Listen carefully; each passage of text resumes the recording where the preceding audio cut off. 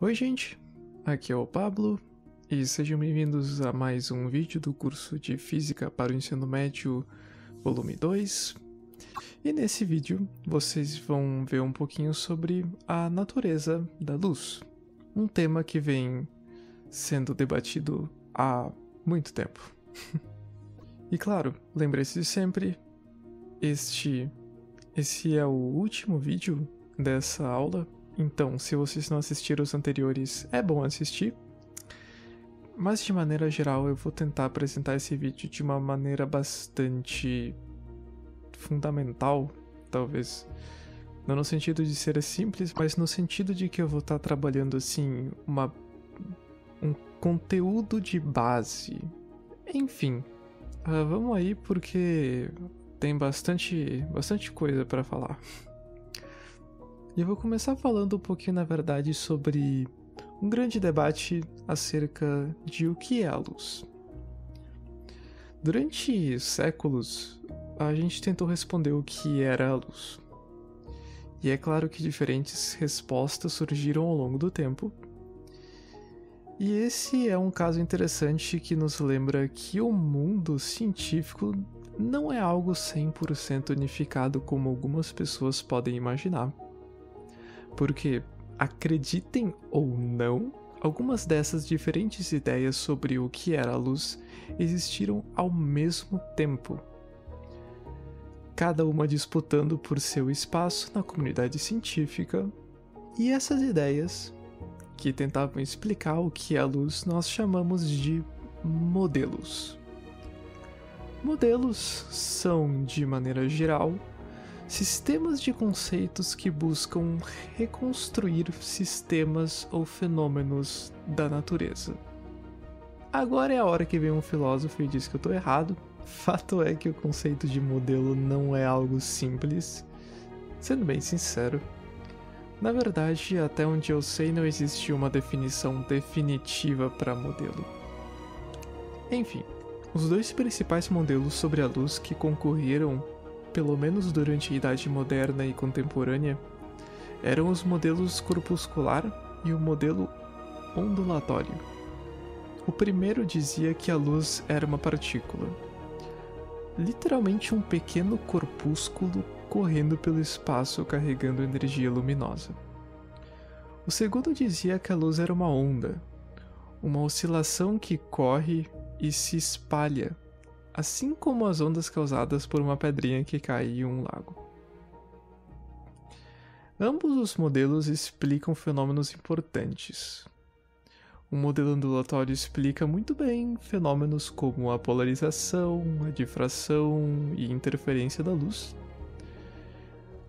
ou mesmo alguns mais conhecidos como a refração e a reflexão. Por outro lado, o modelo corpuscular explica melhor a interação da luz com a matéria, como a detecção da luz pelos sensores fotográficos ou mesmo pelos olhos. E, dependendo do modelo usado para explicar a natureza da matéria, explica bem os fenômenos da reflexão e da refração. Desde metade do século passado, considera-se que a luz não é simplesmente uma onda nem simplesmente uma partícula. Ela existe no que chamamos de dualidade onda-partícula. Como onda, sabemos muito bem que se trata de uma onda eletromagnética. Como partícula, consideramos ela como um pequeno pacote de energia chamado fóton. Vale perceber que, ainda que seja praticamente um consenso que a luz é uma dualidade, ainda hoje existem diferentes interpretações para a forma como essa dualidade acontece. A mais famosa considera que, enquanto a luz estiver se propagando, ela é uma onda. Mas quando ela interage com a matéria, ela é uma partícula.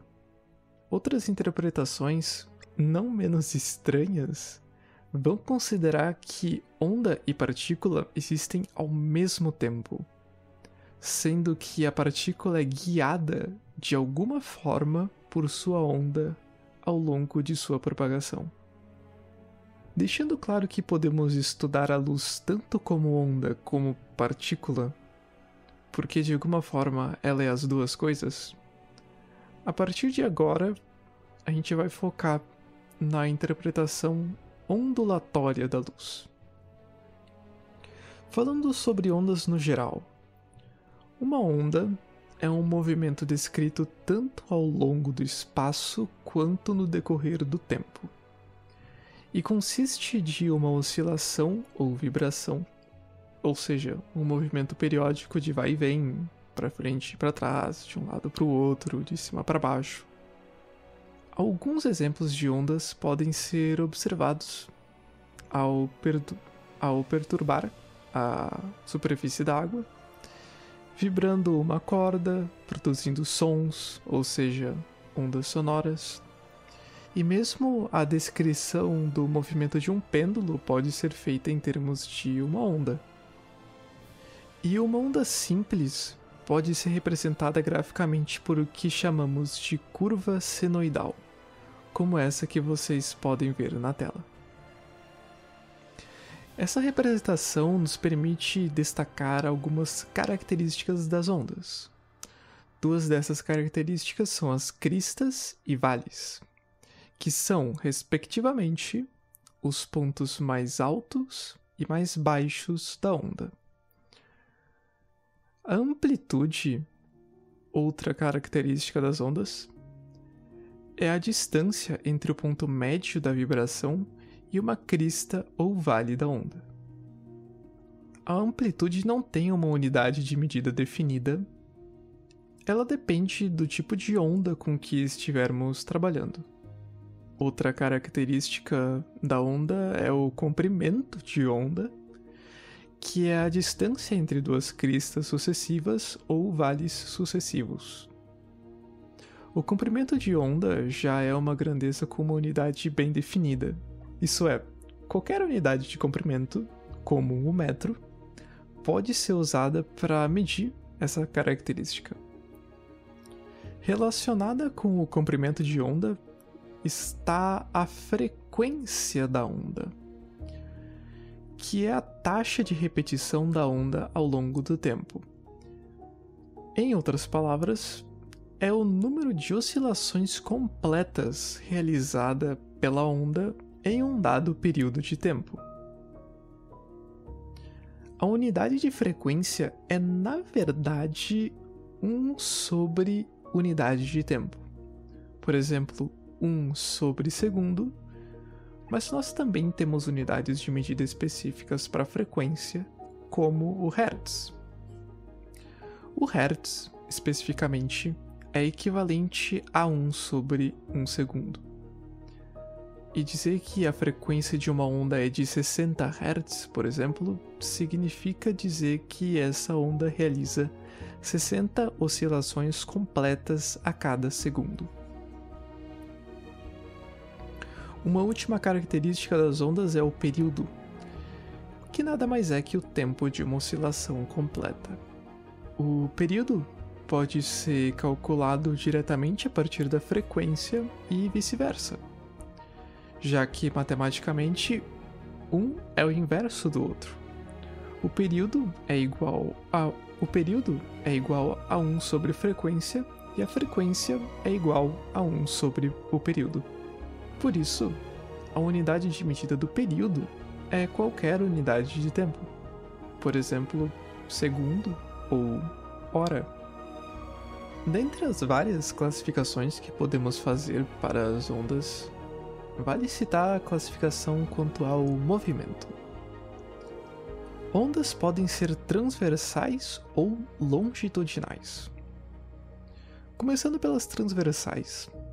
Essas são as ondas em que o movimento de oscilação é transversal à direção de propagação. É mais fácil ver isso com um exemplo. O exemplo clássico desse tipo de onda é o balançar de uma corda.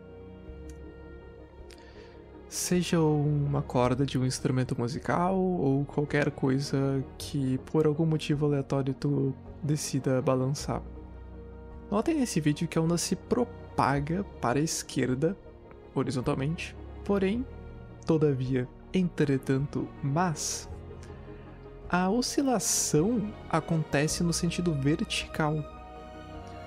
Se a onda estivesse se propagando no sentido vertical e oscilando no sentido horizontal, ainda seria uma onda transversal.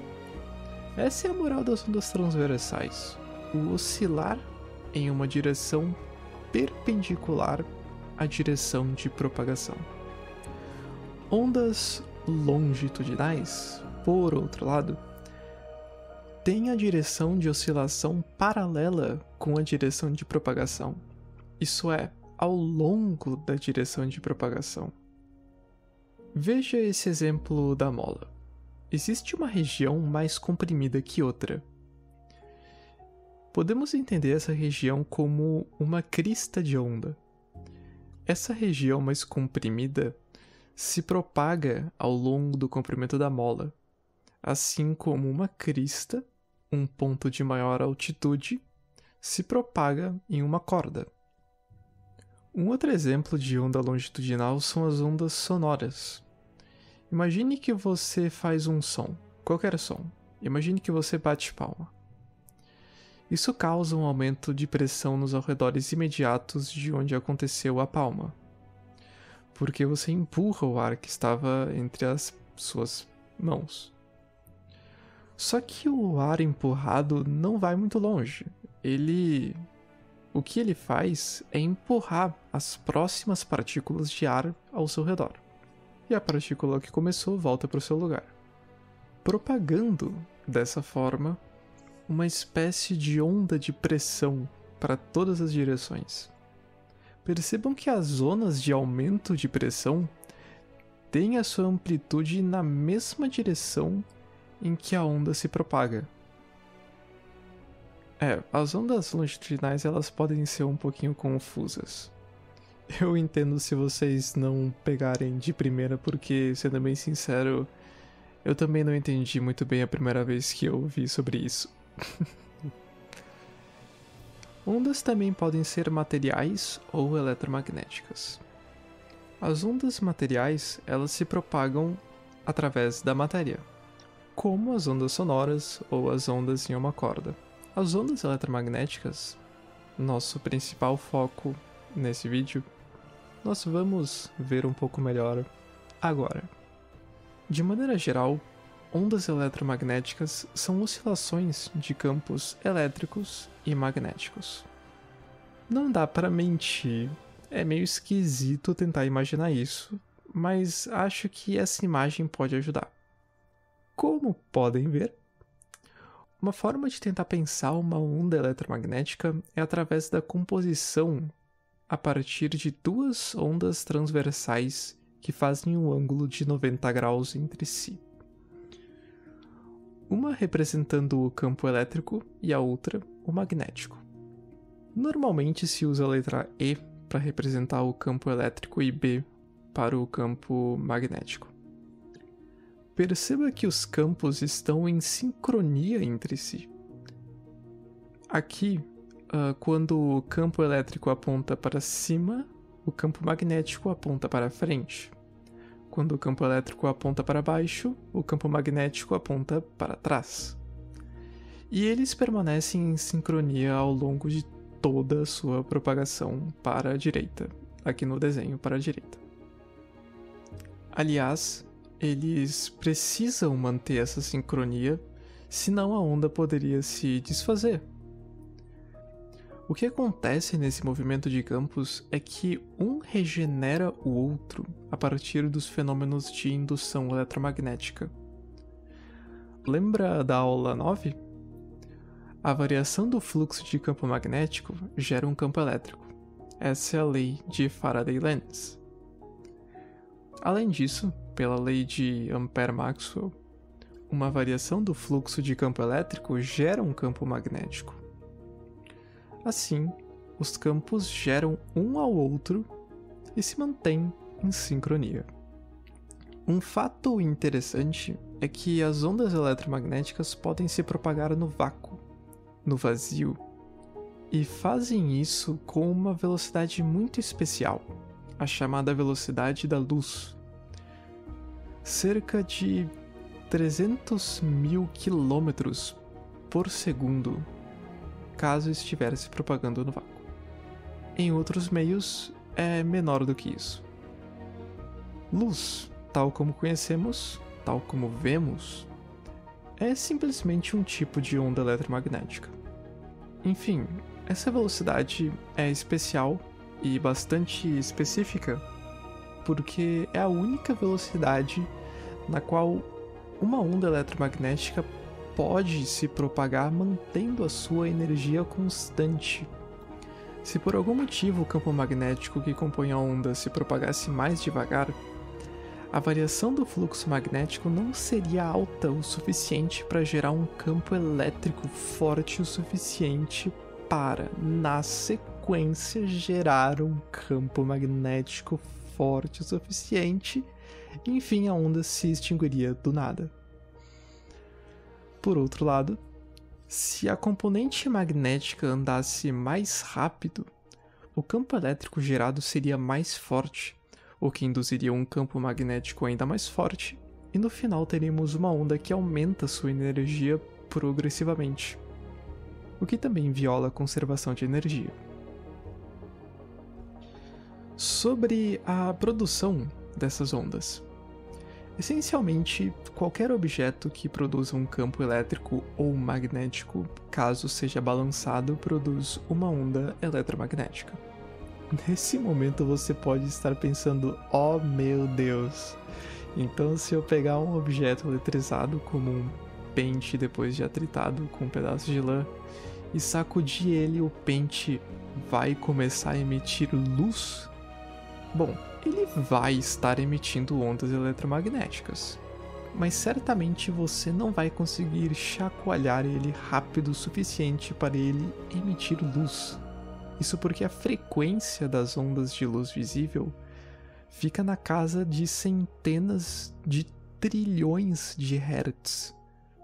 Centenas de trilhões de vezes por segundo. Você no mínimo precisaria ir e voltar com o pente 400 trilhões de vezes por segundo para ele começar a emitir alguma luz. Por isso, não se produz luz desse jeito.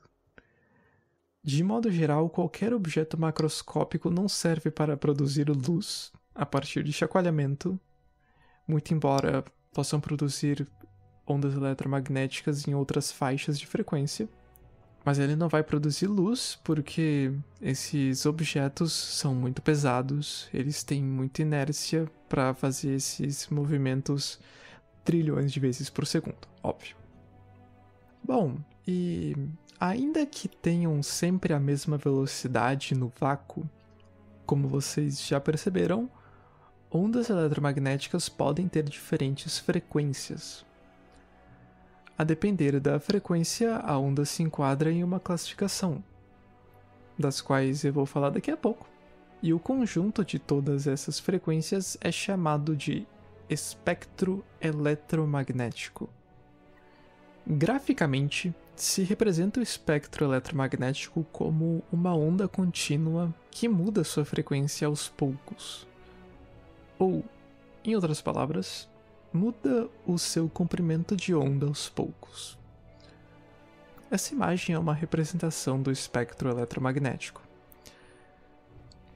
Além da representação da onda, ali no meio, embaixo vocês podem ver uma faixa colorida. Essa também é uma forma de representar o espectro eletromagnético, só que ela só serve para representar a faixa referente à luz visível. Acontece que a luz, como eu já comentei, é uma onda eletromagnética, e cada cor representa uma frequência diferente. Nessa barra, a frequência está aumentando da esquerda para a direita, e o comprimento de onda aumenta da direita para a esquerda. Talvez alguns de vocês já tivessem lido a legenda e tivessem se dado conta disso. Bem, podemos notar então que a luz vermelha é aquela de menor frequência, enquanto a violeta é a de maior frequência. A luz visível é uma das classificações de onda eletromagnética. também chamadas de faixas do espectro. Existem outras 6 classificações. Vamos seguindo a imagem da esquerda para a direita para ver essas classificações. Primeiro nós temos as ondas de rádio, muito usadas para transmitir sinais de rádio, óbvio, mas também televisão, celular e Wi-Fi. Em seguida temos as micro-ondas, que tem a sua principal aplicação, eu acredito, para a construção de fornos de micro-ondas, já que essas ondas têm a capacidade de agitar as moléculas de água e, consequentemente, aquecer a comida. Depois temos o infravermelho, sendo emitidas por qualquer corpo aquecido e sendo perceptíveis pelos humanos na forma de calor. Essas ondas acabam sendo conhecidas também como ondas de calor. Na sequência, a luz visível, que eu vou pular porque tanto dispensa apresentações como eu já comentei bastante sobre ela. As ondas ultravioletas são as primeiras ondas não visíveis de maior frequência. Uma fonte muito importante de ondas ultravioletas é o Sol. Talvez vocês já ouviram falar que ela causa câncer de pele, e isso é verdade, mas só se exagerar na exposição. Como sempre, exagero faz mal. Aliás, pequenas quantidades desse tipo de radiação direto na nossa pele é essencial para a produção de vitamina D. Então, um pouco de exposição ao sol também é importante. Agora temos os raios X, muito usados para fins médicos, tanto para exames como em radioterapias. E por último temos as ondas gama, ou radiação gama, que é emitida por núcleos atômicos. E embora também seja usada em tratamentos de radioterapia, precisa ter uma dosagem muito bem controlada. Quantidades sem controle desse tipo de radiação podem danificar células vivas e causar tumores. E ela também é conhecida por ter dado origem ao Hulk nos quadrinhos. Mas eu não recomendaria você tentar fazer o que o Bruce Banner fez. Bom, gente, então eu vou ficando por aqui. Já tô percebendo que essa aula ficou um pouquinho grande. Mas espero que vocês possam aproveitar bem ela. Assim como eu imagino que vocês devam estar aproveitando as outras aulas desse curso. E, como sempre, qualquer dúvida, podem utilizar qualquer meio de comunicação, podem deixar aqui nos comentários do vídeo também. E no mais, um grande abraço para todo mundo, vou ficando por aqui e até mais.